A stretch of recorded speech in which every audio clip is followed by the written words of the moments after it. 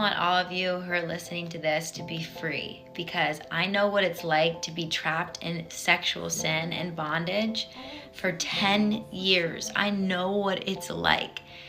And glory be to God, I also know what it's like to be freed. And I want to tell you this, that when you are in bondage, okay, you are attracted to things and lusting after things that the real you doesn't even want. I look back to the things I used to do in my free time. I used to go to clubs. I used to do a ton of drugs. I used to drink and sleep around and watch X-rated content. I used to be very into dark movies and dark cinema and dark music and depressing music. I listened to artists like Billie Eilish on repeat, and I listened to artists that were just very into the devil, now that I know they are, and there's a reason for that. When you are breaking God's law, demons have legal rights to mess with how you feel, how you think, and what you lust after. So if you're fornicating, meaning you're sleeping with someone you're not married to, you are legally allowed to be oppressed by demonic spirits, lustful spirits, that once you take one bite of forbidden fruit, they keep giving you more and more lustful thoughts, fetishes, desires, and wants that are demonic and straight from hell. They actually aren't what you're interested in. So there was a point in my life that I was eating so much forbidden fruit and I was so far gone that I was involved and engaging in things that were so wicked, so wicked. I can't even say on this app, they were so bad. But my mind had tricked me into thinking I was attracted to those things. I was attracted to these people. I was attracted to this gender when I wasn't.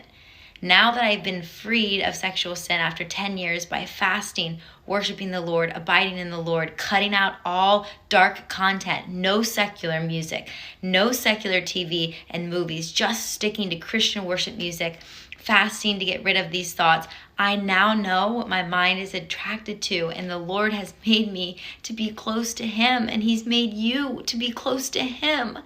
But the devil has you like this. He has you interested in things you're not even attracted to. He's telling you what music to go and listen to. He's telling you what to be into and watch online, but that's not you. I want you to know the real you, and just to know that what the devil is telling you you're into is not what you're actually attracted to. Fast, pray, repeat. You have to cut out dark content. You can't watch shows that are culturally popular right now. You cannot, if you want to get free of this sickness, because that is what lust and sexual sin is. It's a sickness, and it destroys your brain, and it destroys your life. Jesus is about freedom. I just got back from the hot tub. It was me and this one other guy. We're in complete silence, not saying a word to each other. My eyes are closed and I begin to pray to Jesus. And I'm like, God, are you going to give me something for this guy or not? When I say that, I get this picture or this glimpse of this guy in the hot tub, but he's like riding his bike up this mountain and the sunshine's coming through and he's holding a video camera filming. So finally, when we start talking, I tell him, I'm like, hey, I asked God if He has anything for you, and I saw you riding your bike up some mountain, the sunshine was coming through, and you're holding this camera like filming. And he cuts me off. I wasn't even done talking, and he's like, that's crazy. He's like, I don't even live here. I actually live in the woods. One of my favorite things to do is ride my bike, and I used to be in film. And that's when I tell him, listen, God sees you, and Jesus is God. Listen, my friends used to call me Grandma in high school. And I know what you're thinking. It's probably because she went to bed early or liked to do grandma things. No, it was because I was crippled by a disease called rheumatoid arthritis. It made simple things like, writing my name or participating in PE really hard or walking down the street like so. But then almost 2 years ago, my friends prayed for me in my living room and my body experienced the presence of God all over. And I stood up and I had no arthritis anymore. And guess what?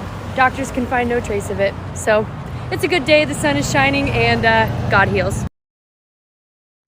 So, cool God story. I was at work yesterday, and I'm currently a server right now. God called me to quit my job. After a while, He said I could go back, but it couldn't be a career. It had to be something more flexible. So I'm a waitress right now. while I was at work, I had one large table and it was taking up most of my section. They were there for about 3 hours, which I don't know if you've ever worked in a restaurant or I guess been to one. 3 hours is a very long time. Normally you get 2 tables within that time, and they were a large party and they ended up shorting me a little bit. So I was kind of bummed out about that, especially for the length of time that they were there. I just decided not to get upset about it, and I even asked God to work through me and keep me calm and just positive and joyful for the rest of the evening. And then, and I don't know if this is silly, but quickly I just prayed and I said, Lord, can you please help me out here? And more or less, it was just a quick prayer for provision because I need money. I need to pay my bills. And in that moment, I saw into the realm of the spirit, and I saw a certain table, me walking up to them, grabbing their book, and the man who was paying handing me a small like little wad of cash and me putting it in my apron. And it was really quick. I was in the middle of working, so I kind of like stopped for probably half a second, and I was like, did he really just like let me see in the realm of the spirit about something instantly that I just prayed for? That's never happened to me at work. I've never had that happen. It's normally when I'm at home or out and about and thinking about God. I mean, I guess I was praying, but I've never had that happen in that instance before. So then, moments later, it was time for me to go grab the book so I can run their card. And I walk up to the exact table that he showed me, and the man who was paying just handed me a small amount of cash, and I put it in my apron. And sometimes I'm still really floored at, at how God works.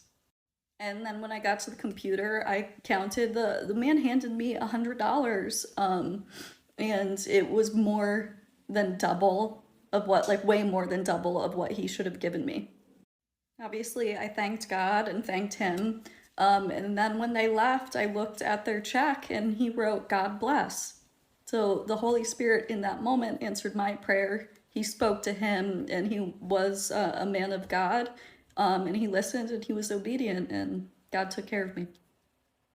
So remain calm. God has your back.